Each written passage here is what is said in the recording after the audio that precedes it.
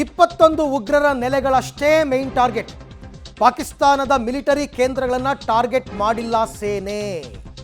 ಮುಖ್ಯ ಉಗ್ರ ನೆಲೆಗಳನ್ನು ಕೇಂದ್ರೀಕರಿಸಿ ಸೇನೆ ದಾಳಿ ಮಾಡಿದೆ. ಇದು ವೆರಿ ವೆರಿ ವೆರಿ ಇಂಪಾರ್ಟೆಂಟ್ ವಿಚಾರ. ಅಮಾಯಕರ ಸಾವು ನೋವಾಗದಂತೆ ದಾಳಿ ನಡೆಸಿದೆ ಸೇನೆ. ಈಗೇನು ಮಾಡ್ತೀರಾ ಪಾಕಿಸ್ತಾನದವರು? 21 ಉಗ್ರರ ನೆಲೆಗಳನ್ನಷ್ಟೇ ನಾವು ಮೇನ್ ಟಾರ್ಗೆಟ್ ಮಾಡಿರೋದು.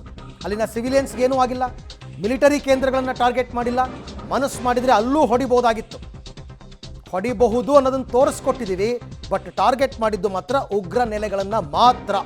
ಇನ್ಯಾರನ್ನೂ ಕೂಡ ಅಮಾಯಕರ ಸಾವು ನೋವು ಆಗಿಲ್ಲ. ಸತ್ತಿರೋ ಕ್ರಿಮಿಗಳೆಲ್ಲರೂ ಕೂಡ ಭಯೋತ್ಪಾದಕರು. ಅವರಿಂದ ಯಾರಿಗೂ ಏನೂ ಲಾಭ ಇಲ್ಲ. ಪಾಕಿಸ್ತಾನಕ್ಕಾಗುತ್ತೋ ಏನೋ ಗೊತ್ತಿಲ್ಲ. ಹಾಗಾಗಿ ಅಂಥವ್ರನ್ನ ಹೊಸಕ್ಕೆ ಹಾಕುವ ಕೆಲಸವನ್ನು ಮಾಡಿದ್ದಾರೆ. ಈ ಬಗ್ಗೆ ಮತ್ತಷ್ಟು ಮಾಹಿತಿ ನನ್ನ ಕೊಲೀಗ ಶಬೀರ್ ಅವರಿಂದ ಪಡ್ಕೊಳ್ಳೋಣ. ಶಬೀರ್, ರಾಜತಾಂತ್ರಿಕ ಮಟ್ಟದಲ್ಲಿ ಇದೊಂದು ಭಾರತಕ್ಕೆ ದೊಡ್ಡ ಗೆಲುವು ಅಂತ ನಾನು ಅನ್ಕೋತೀನಿ. ಯಾಕೆಂದರೆ ಪಾಕಿಸ್ತಾನದ ನಾಗರಿಕರ ಮೇಲೆ ದಾಳಿಯಾಗಿಲ್ಲ, ಪಾಕಿಸ್ತಾನದ ಸೇನಾ ಶಿಬಿರದ ಮೇಲೆ ದಾಳಿಯಾಗಿಲ್ಲ, ಉಗ್ರರನ್ನು ಮಾತ್ರ ಹೊಡೆದಿದ್ದೀವಿ ಅಂತಕ್ಕಂಥದ್ದನ್ನು ಬಹುತೇಕ ಜಾಗತಿಕ ಮಟ್ಟದಲ್ಲಿ ಎಲ್ಲ ರಾಷ್ಟ್ರಗಳು ಕೂಡ ಒಪ್ಕೋತಾರೆ ಅಂತ.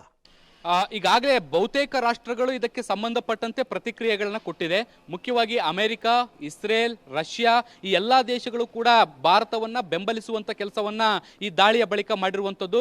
ಈ ಒಂದು ಆಪರೇಷನ್ ಸಿಂಧೂರ ಆಗ್ತಾ ಇದ್ದಂತೆ ಎಲ್ಲ ದೇಶಗಳು ಕೂಡ ತಮ್ಮ ರಾಯಭಾರಿ ಕಚೇರಿಗಳಿಂದ ಪ್ರತಿಕ್ರಿಯೆಯನ್ನು ಕೊಡುವಂತ ಕೆಲಸಗಳು ಮಾಡ್ತಾ ಇರುವಂಥದ್ದು. ಇಸ್ರೇಲ್, ಅಮೆರಿಕ, ರಷ್ಯಾ ಈ ಮೂರು ದೇಶಗಳು ಹೇಳಿರುವಂಥದ್ದು ಭಯೋತ್ಪಾದನಾ ವಿರೋಧಿ ಚಟುವಟಿಕೆಗಳೇನು ನಡೀತಾ ಇದ್ದಾವೆ ಅದು ಭಯೋತ್ಪಾದನೆಯನ್ನು ನಿಗ್ರಹಿಸುವಂತ ದೃಷ್ಟಿಯಲ್ಲಿ ಭಾರತ ಏನೇ ಕ್ರಮಗಳನ್ನು ತೆಗೆದುಕೊಂಡ್ರು ಕೂಡ ಅದಕ್ಕೆ ನಮ್ಮ ಬೆಂಬಲ ಇದೆ ಅನ್ನುವಂತ ನಿಟ್ಟಿನಲ್ಲಿ ಸ್ಪಷ್ಟವಾಗಿ ಹೇಳುವಂತ ಕೆಲಸಗಳನ್ನ ಕೂಡ ಮಾಡಿದೆ. ಭಾರತ ಕೂಡ ಅದನ್ನೇ ಕನ್ವಿನ್ಸ್ ಮಾಡುವಂತ ಕೆಲಸಗಳು ಮಾಡ್ತಾ ಇರುವಂತದ್ದು.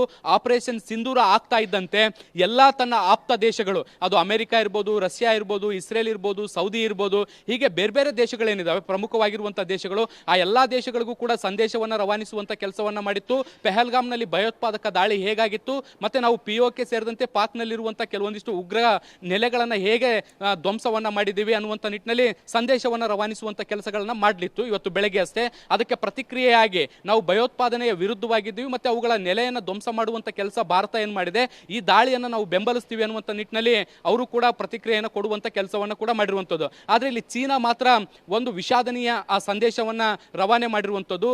ಈ ಒಂದು ದಾಳಿ ಅಂದ್ರೆ ಆಪರೇಷನ್ ಸಿಂಧೂರದ ಮೂಲಕ ಏನು ಪಾಕಿಸ್ತಾನದ ನೆಲೆಗಳಲ್ಲಿರುವಂತಹ ಭಯೋತ್ಪಾದಕ ನೆಲೆಗಳನ್ನ ಟಾರ್ಗೆಟ್ ಮಾಡಿರುವಂತಹ ದಾಳಿ ಏನಿದೆ ಇದು ವಿಷಾದನೀಯ. ಎರಡೂ ದೇಶಗಳು ಕೂಡ ಸಂಯಮವನ್ನ ಕಾಪಾಡಿಕೊಳ್ಬೇಕು ಅನ್ನುವಂಥ ನಿಟ್ಟಿನಲ್ಲಿ ಅಡ್ಡಗೋಡೆಯ ಮೇಲೆ ದೀಪವನ್ನು ಇಡುವಂತ ಕೆಲಸವನ್ನ ಕೂಡ ಮಾಡಿರುವಂಥದ್ದು. ಎಲ್ಲರಿಗೂ ಕೂಡ ಗೊತ್ತಿರುವಂತೆ ಪಾಕಿಸ್ತಾನಕ್ಕೆ ಚೀನಾ ಪರೋಕ್ಷವಾಗಿ ಸಾಕಷ್ಟು ಬೆಂಬಲಗಳನ್ನು ಕೂಡ ಮಾಡ್ತಾ ಇರುವಂಥದ್ದು. ಸೊ ಈ ಮೂಲಕ ಈ ದಾಳಿಯನ್ನ ಭಾರತದ ದಾಳಿಯನ್ನ ಚೀನಾ ವಿರೋಧಿಸುವಂತ ಕೆಲಸವನ್ನು ಕೂಡ ಈಗ ಸದ್ಯಕ್ಕೆ ಮಾಡಿರುವಂಥದ್ದು. ಚೀನಾ ಒಂದನ್ನ ಹೊರತುಪಡಿಸಿದ್ರೆ ಜಾಗತಿಕ ಮಟ್ಟದಲ್ಲಿ ಎಲ್ಲಾ ದೇಶಗಳು ಕೂಡ ಭಾರತದ ಬೆನ್ನಿಗೆ ನಿಂತಿರುವಂಥದ್ದು ಬಹುದೊಡ್ಡ ರಾಜತಾಂತ್ರಿಕ ಗೆಲುವು ಕೂಡ ಆಗಿದೆ. ಅರವಿಂದ್, ಅಂದರೆ ಇದ್ರ ಮುಖಾಂತರ ಉಗ್ರರನ್ನು ಮಾತ್ರ ಹೊಡೆದಿದ್ದೀವಿ ಅಂತ ಹೇಳೋದ್ರ ಮುಖಾಂತರ ಪಾಕಿಸ್ತಾನವನ್ನು ಕಟ್ಟಿ ಹಾಕುವಂತಹ ತಂತ್ರಗಾರಿಕೆಯಲ್ಲಿ ಭಾರತ ಯಶಸ್ವಿ ಆಯ್ತಾ ಅಂತ ಶಬೀರ್? ಹೌದು, ಕಳೆದ 2 ಬಾರಿ ಅಂದ್ರೆ ಈ ಹಿಂದೆ ಸರ್ಜಿಕಲ್ ಸ್ಟ್ರೈಕ್ ಮತ್ತೆ ಏರ್ ಸ್ಟ್ರೈಕ್ ಆದಂತ ಸಂದರ್ಭದಲ್ಲೂ ಕೂಡ ಭಾರತ ಇಂಥದ್ದೇ ಸ್ಟ್ರಾಟಜಿಯನ್ನ ಮಾಡಿತ್ತು. ಏನು, ಉಗ್ರರ ನೆಲೆಗಳನ್ನ ಟಾರ್ಗೆಟ್ ಮಾಡಿ ಧ್ವಂಸ ಮಾಡುವಂತಹ ಕೆಲಸ.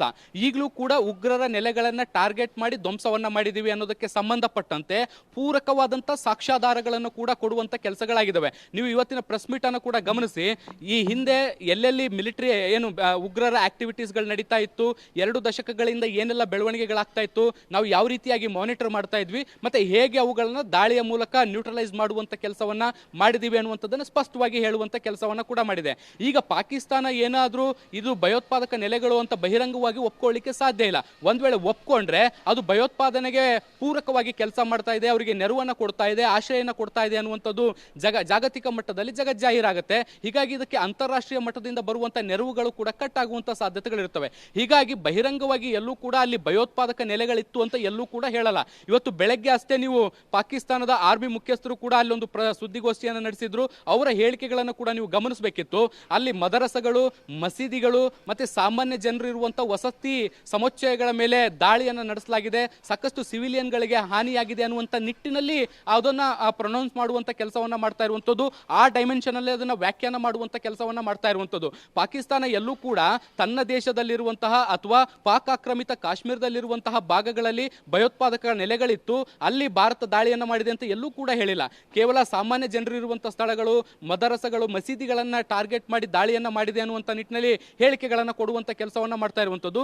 ಈ ಮೂಲಕ ತನ್ನ ನಾಗರಿಕರ ಮೇಲೆ ದಾಳಿಯಾಗಿದೆ ಅನ್ನುವಂಥ ನಿಟ್ಟಿನಲ್ಲಿ ಜಾಗತಿಕ ಮಟ್ಟದಲ್ಲಿ ಪ್ರತಿಬಿಂಬಿಸುವಂಥ ಕೆಲಸಗಳು ಆಗ್ತಾ ಇದ್ದಾವೆ. ಆದರೆ ಅದಕ್ಕೆ ಪೂರಕವಾದಂಥ ಸಾಕ್ಷ್ಯಾಧಾರಗಳನ್ನು ಭಾರತವೂ ಕೂಡ ವಿಶ್ವದ ಮುಂದಿಡುವಂಥ ಕೆಲಸವನ್ನು ಮಾಡ್ತಾ ಇರುವಂಥದ್ದು. ಮಸೀದಿ ಅಥವಾ ಮದರಸಗಳ ಹೆಸರಿನಲ್ಲಿ ಅಲ್ಲಿ ಏನೆಲ್ಲ ಆಕ್ಟಿವಿಟೀಸ್ಗಳು ನಡೀತಾ ಇತ್ತು ಅನ್ನುವಂಥದ್ದನ್ನು ಕೂಡ ಇಡೀ ಜಗತ್ತಿಗೆ ತಿಳಿಸುವಂಥ ಕೆಲಸವನ್ನು ಕೂಡ ಮಾಡ್ತಾ ಇದೆ. ಹೀಗಾಗಿ ಪಾಕಿಸ್ತಾನವನ್ನು ಕೂಡ ಒಂದು ರೀತಿಯಲ್ಲಿ ರಾಜತಾಂತ್ರಿಕವಾಗಿ ಕಟ್ಟಿ ಹಾಕಿದಂತಾಗಿರುವಂಥದ್ದು. ನೀವು ಸೌಂಡ್ ಮಾಡ್ಬೋದು, ಆದರೆ ಜಾಗತಿಕ ಮಟ್ಟದಲ್ಲಿ ಬಹಳ ದೊಡ್ಡ ಸೌಂಡ್ ಅನ್ನ ಮಾಡಲಿಕ್ಕೆ ಸಾಧ್ಯ ಇಲ್ಲದಂತೆ ಈಗ ಪಾಕಿಸ್ತಾನವನ್ನು ಭಾರತ ಕಟ್ಟಿ ಹಾಕಿದೆ. ರೈಟ್, ಹಾಗೆ ಸಂಪರ್ಕದಲ್ಲಿ ಶಬೀರ್, ನಿಮ್ಮ ಜೊತೆ ನಾನು ಮತ್ತೆ ಮಾತನಾಡ್ತೀನಿ. ಭಾರತದ ರಾಜತಾಂತ್ರಿಕ ನಡೆ ಹೇಗಿದೆ?